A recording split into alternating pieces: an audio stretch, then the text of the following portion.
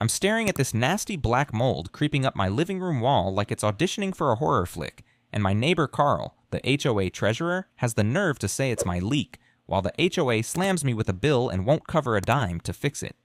Look, to get why this whole mess with the mold and Carl hits me so hard, you gotta know how much this duplex means to us. Jenna and I, we weren't always the proud homeowners type. Back in our 20s, we were bouncing between rentals in Richmond, scraping by on my teacher's salary and her freelance gigs. Every landlord was a headache, raising rent, ignoring repairs, you name it. We'd lie awake at night dreaming of a place that was ours, somewhere we could plant roots and not worry about getting kicked out. When we found this duplex in Cary, North Carolina, it felt like we'd hit the jackpot. Not a mansion, sure, but it was ours. We poured every dime we had into the down payment, and let me tell you, signing those papers felt like winning the Super Bowl. The place needed work, don't get me wrong. The walls were this hideous beige, like someone spilled coffee and called it decor. But we saw potential. Jenna turned the spare room into her design studio with her sketches and color swatches everywhere, like a mini art gallery. I fixed up the backyard, nothing fancy, just a small garden with some azaleas and a bench where we could chill with a beer after a long day. The real magic, though, was Lily's room. Our daughter, she's 17 now, super into her art, always sketching these wild, detailed drawings of forests and cities. We painted her walls this soft blue she picked out, and she covered them with her sketches, like her own personal museum. That room's her sanctuary, especially now that she's stressing about college apps. She's got asthma, so we're careful about keeping things clean, but that room's where she dreams big, you know? Moving to Cary was about giving Lily a real shot. Back in Richmond, we were in a cramped apartment, no yard, sketchy neighbors. I grew up in a place like that in Virginia, small town, not much to go around, always feeling like an outsider. I didn't want that for her. Here, she's got space to breathe, a good school, and a shot at art colleges. I teach history at the high school, and yeah, it's not glamorous, but I love it. I'm that teacher who sneaks in dad jokes about the Revolutionary War, gets a few groans, maybe a laugh. After school, I'm either grading papers or messing around with my local history blog, digging into old records about Cary. It's nerdy, but it keeps me sane. Jenna's the real rock, though. Her design work's picking up, and she's got this knack for staying calm when I'm overthinking everything. We're a team, always have been. When we moved in, the neighborhood seemed perfect. Maple Grove's one of those tidy suburban spots. Kids on bikes, cul-de-sacs, the whole deal. The HOA threw a block party to welcome us, and that's where we met Carl, the treasurer, who lives in the other half of our duplex. He's this slick accountant type, mid-50s, all smiles and cheap Merlot. He came over with a bottle, talking about community standards and how great the HOA keeps things. I thought he was just being neighborly, but there was this edge to him, like he was sizing us up. He'd make these little comments about keeping the place up to code, and I'd just nod, thinking, buddy, it's a duplex, not a palace. Looking back, I should have seen the red flags. His charm was too polished, like a used car salesman who knows the engine's shot. The duplex itself, it's not just a house. It's the first time we've had something that's ours, something we could make our own. That shared wall between us and Carl, it's supposed to be this invisible line, a way to live side by side without stepping on each other's toes. We hung Lily's sketches on our side, made at home.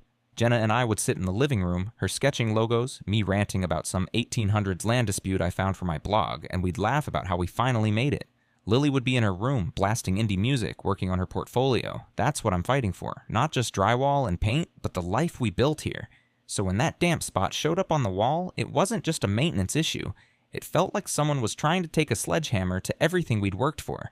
So I'm sitting in the living room one evening, probably zoning out to some documentary on the History Channel, when I notice this weird spot on the wall. It's right where Lily's sketches hang, near the couch, this kind of splotchy, damp-looking patch about the size of a dinner plate. At first, I figure maybe Jenna spilled her coffee or something, but it's not sticky, just wet, like the wall's sweating. I poke at it, and it's soft, like the drywall's starting to give. I'm no handyman, but I know enough to think, okay, this ain't good. Jenna's in her studio, stressing over a client deadline, and Lily's in her room, probably sketching or agonizing over her college essay. I don't want to freak them out, so I keep it to myself for a bit, but I'm thinking it's gotta be a plumbing issue, right?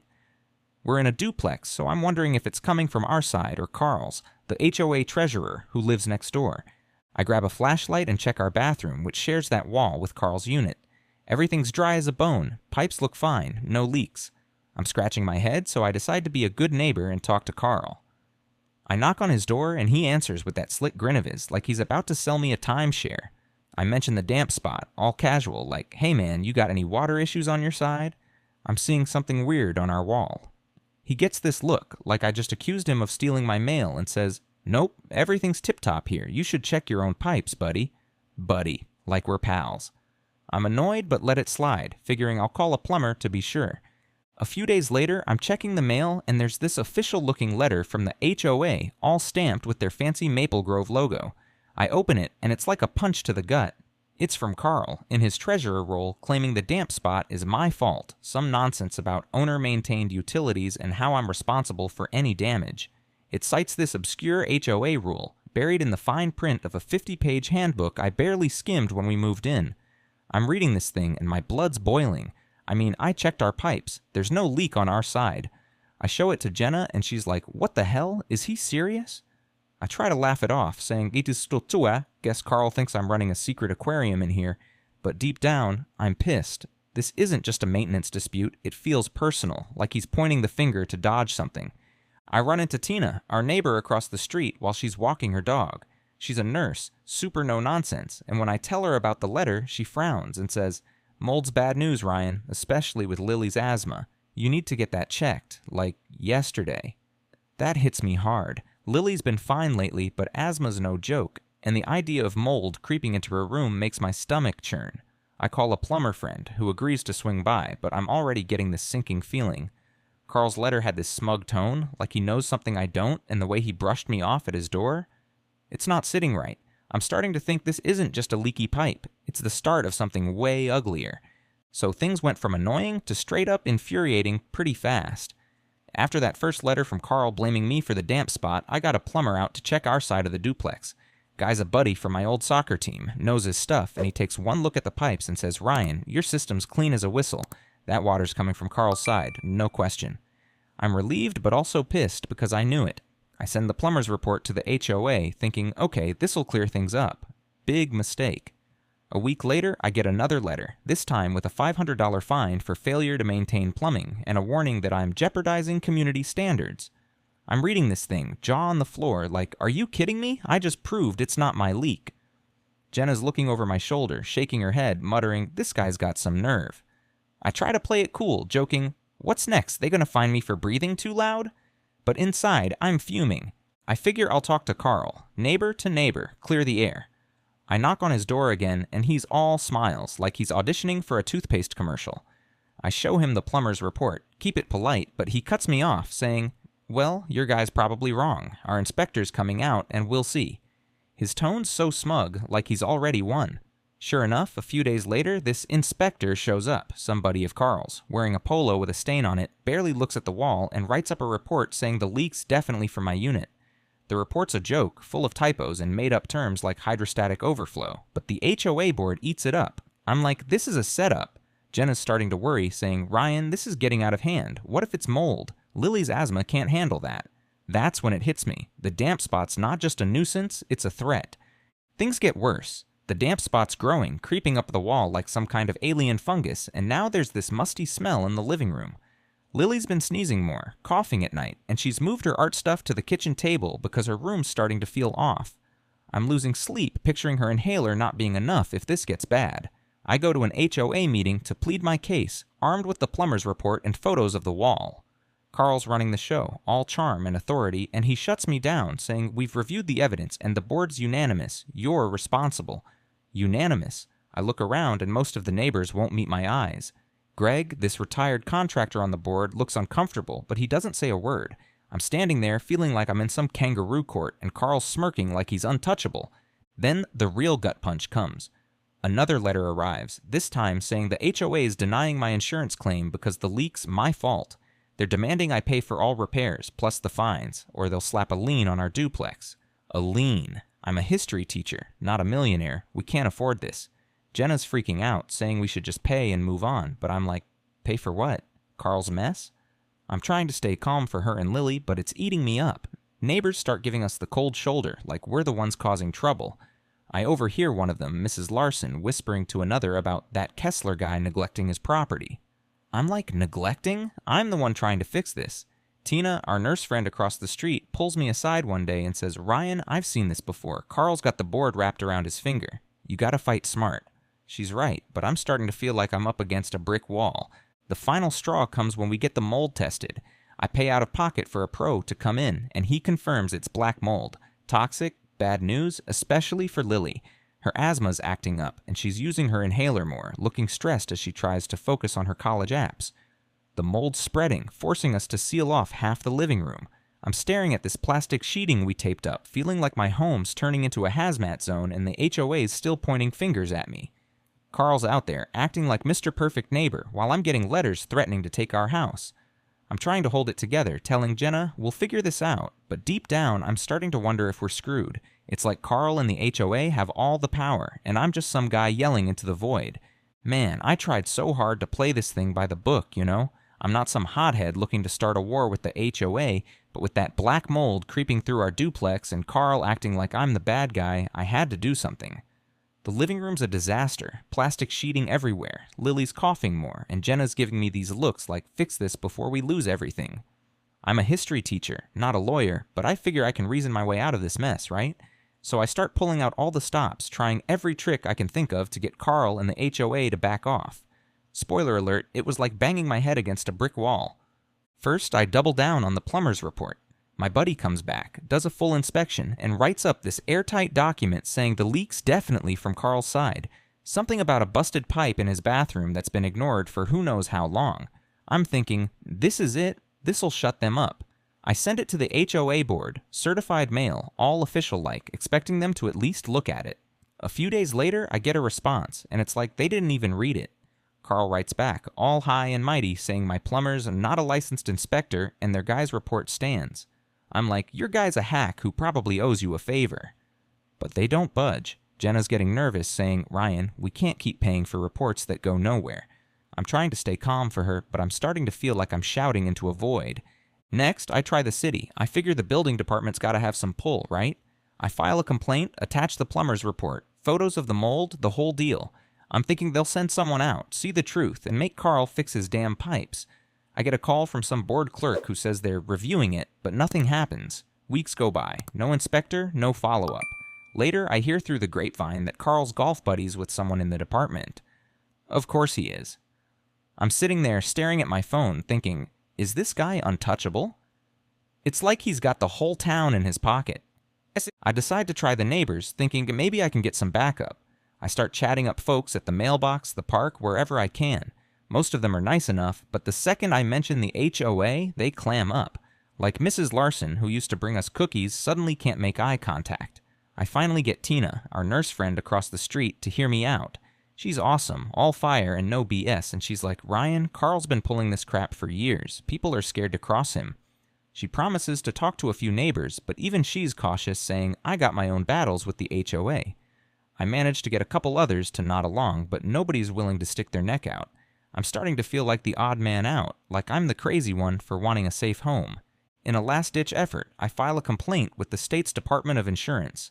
I spend hours online filling out forms, detailing how the HOA is screwing us over by denying our claim. I'm thinking, this is it, the big guns, but it's like tossing a pebble into a lake. Nothing happens. I get a form letter saying they've received it and it'll take months to process. Months. The mold's not waiting around, and neither is Lily's asthma. She's been staying up late, stressed about her college apps, and I catch her using her inhaler more, looking at me like, Dad, what's going on? It breaks my heart. I'm trying to shield her, saying, we're handling it, kiddo, but I'm not so sure anymore. By now, I'm barely sleeping.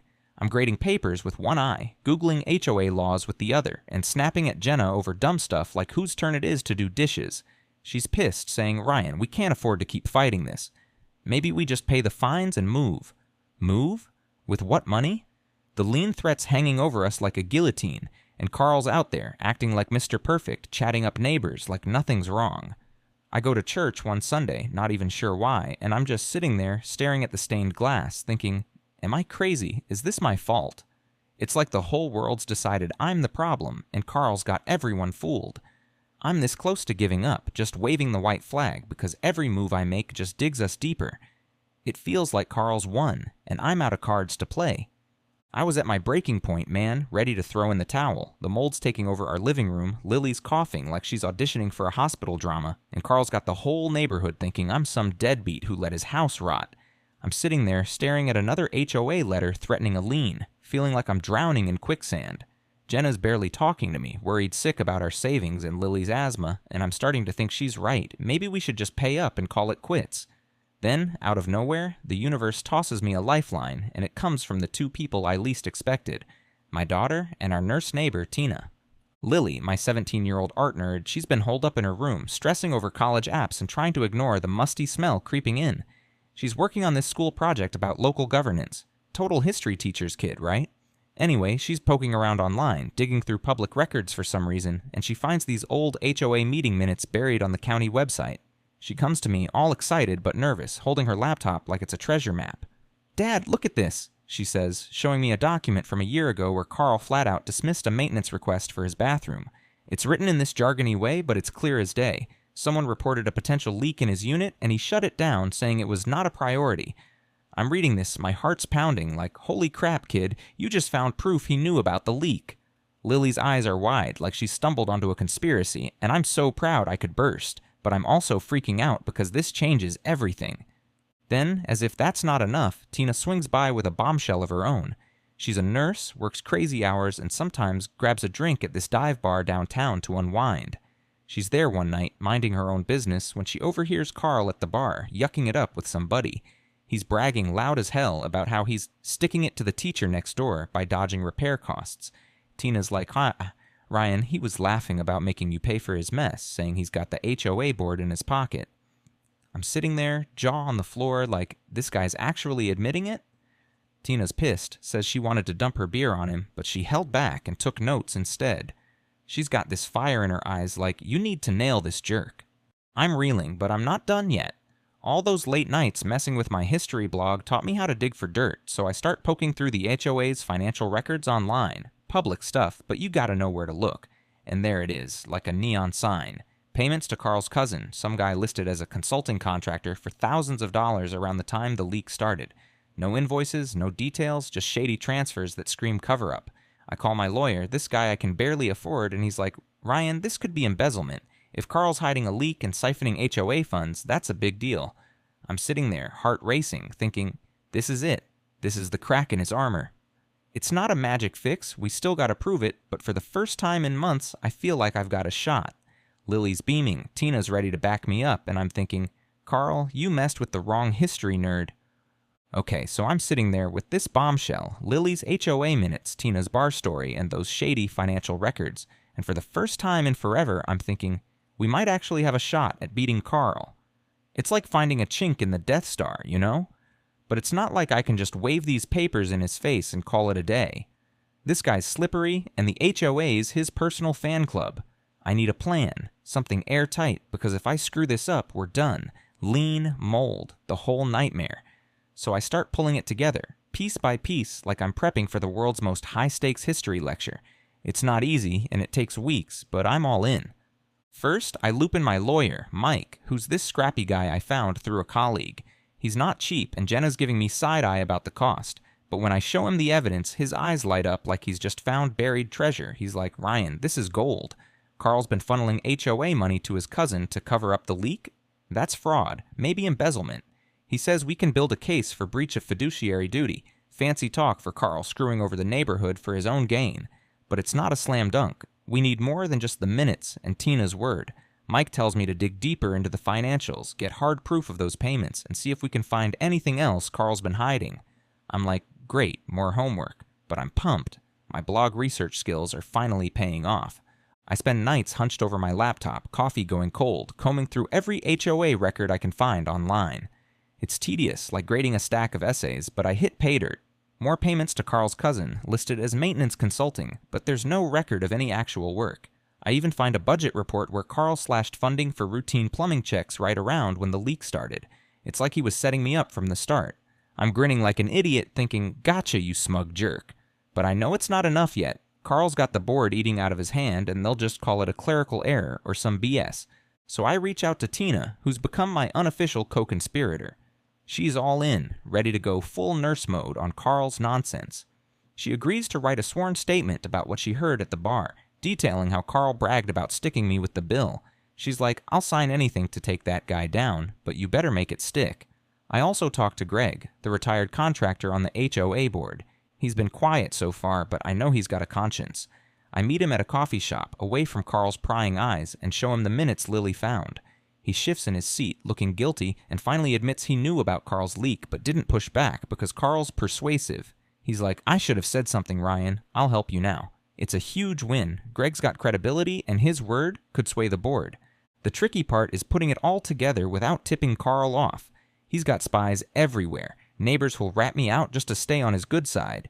Jenna's worried he'll come after us harder if he catches wind, and I can't blame her. Our savings are taking a hit, and Lily's asthma's still acting up, her inhaler a constant reminder of what's at stake. I'm trying to keep her spirits up, talking about her art school dreams, even pulling out some history analogies about underdogs beating Goliath. She rolls her eyes but smiles, and it keeps me going. Mike helps me draft a formal complaint for the state's Department of Insurance, tying Carl's fraud to the denied claim, and we prep for an HOA meeting where I'll present everything. It's risky, Carl's gonna fight dirty, but I'm feeling this fire I haven't felt in months. It's not just about the mold anymore. It's about showing Lily and Jenna we can stand up to bullies like Carl and win. So I've got my plan, my evidence, and this fire in my gut to take Carl down, and I'm thinking, this is it, we're finally turning the tables. Me, Tina, Greg, and my lawyer Mike, we've got this stack of proof, Lily's HOA minutes, Tina's bar story, those shady financial records, and we're ready to hit the HOA where it hurts. But let me tell you, it's not like the movies where you walk in, drop a truth bomb, and everyone cheers. Carl's not going down without a fight, and it's a messy, nerve-wracking ride to get the upper hand. I decide to start at the next HOA meeting, figuring I'll lay it all out in front of the neighbors. I've got my folder, plumber's report, financial records, Lily's minutes, Tina's sworn statement, the works. I'm nervous as hell, palms sweaty like I'm giving a presentation to a room full of grumpy principals. I stand up, start talking about the leak, the mold, how Carl's been dodging responsibility. I'm keeping it calm, sticking to the facts, but before I can even get to the juicy part about the payments to his cousin, Carl cuts me off. He's all, "This is out of order, Ryan. You're slandering me and disrupting the meeting." The guy's got this fake outrage down to an art, and the board backs him up, saying I need to follow protocol. I'm standing there, feeling like I just got kicked out of class, and most of the neighbors are staring at their shoes.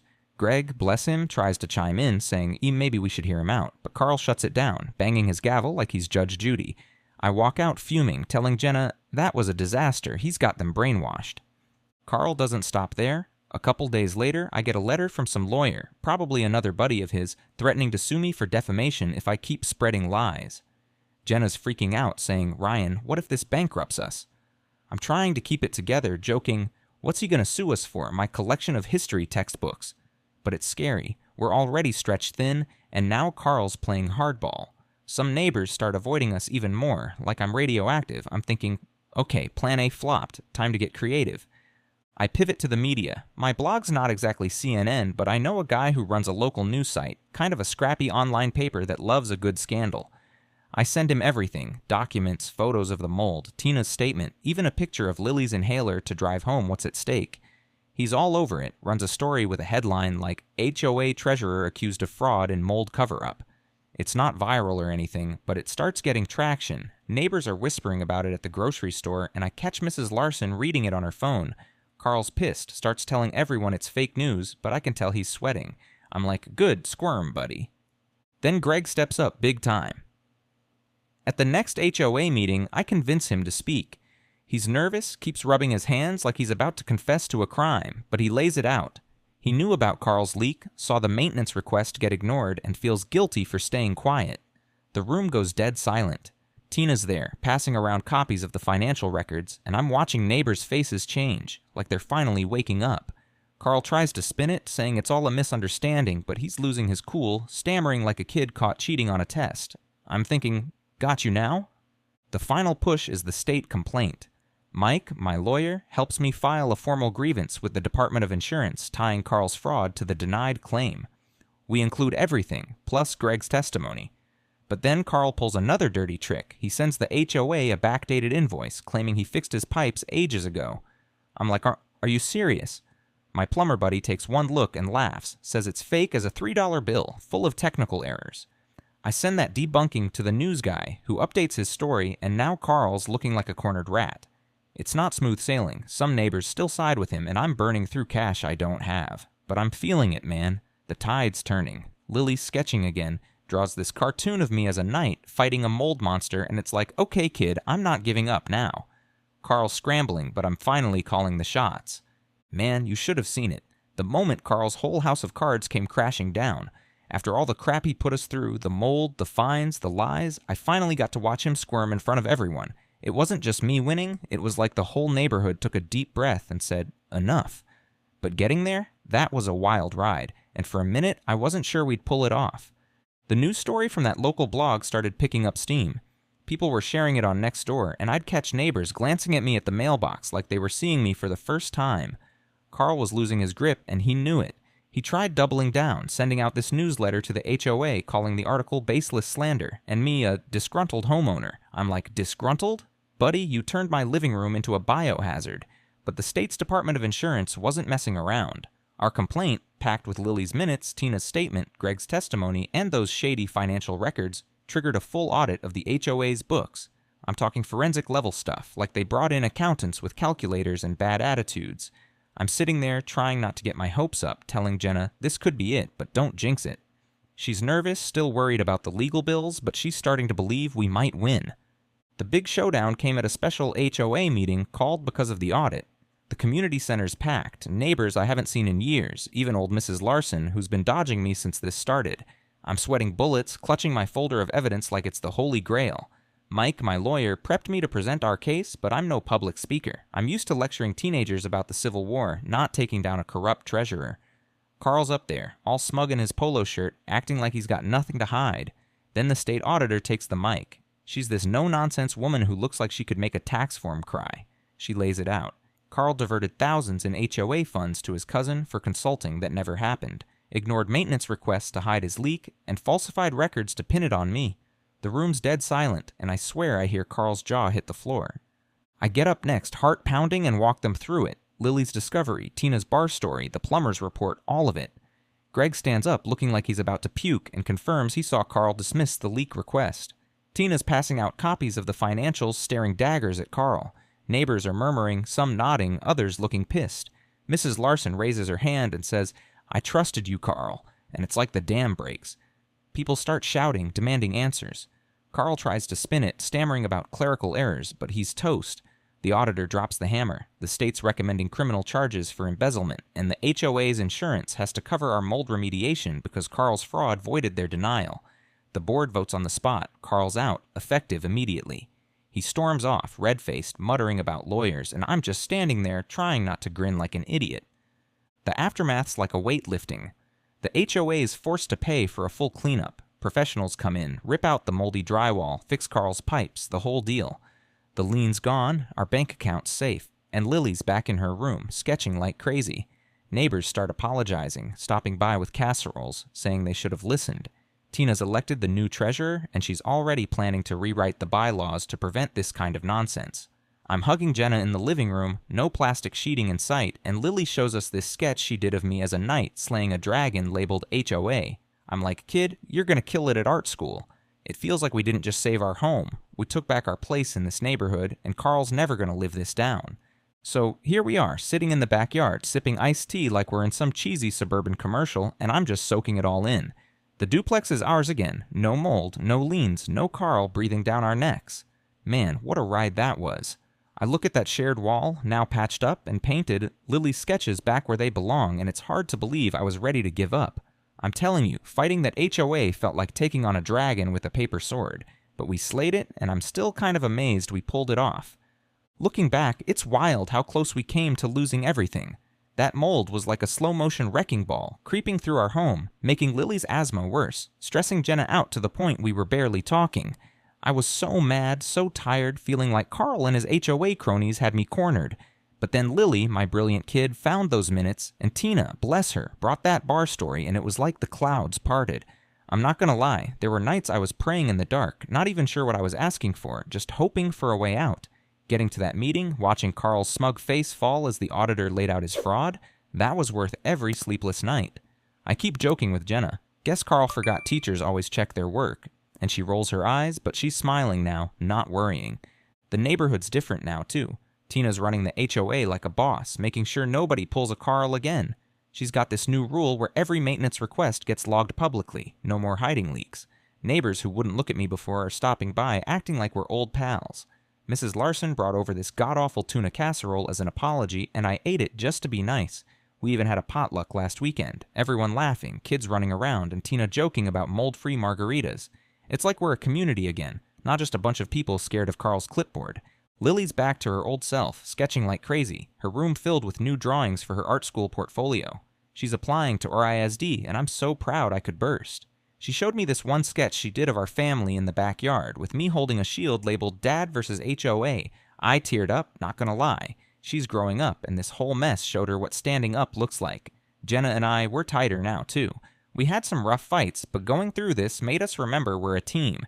She's even designing a logo for Tina's new HOA board, pro bono, just to keep the good vibes going. I think about what this fight did to me. I'm still the same history nerd cracking bad jokes about the founding fathers, but I feel stronger, you know? Like I proved to myself I could stand up to a bully like Carl and not back down.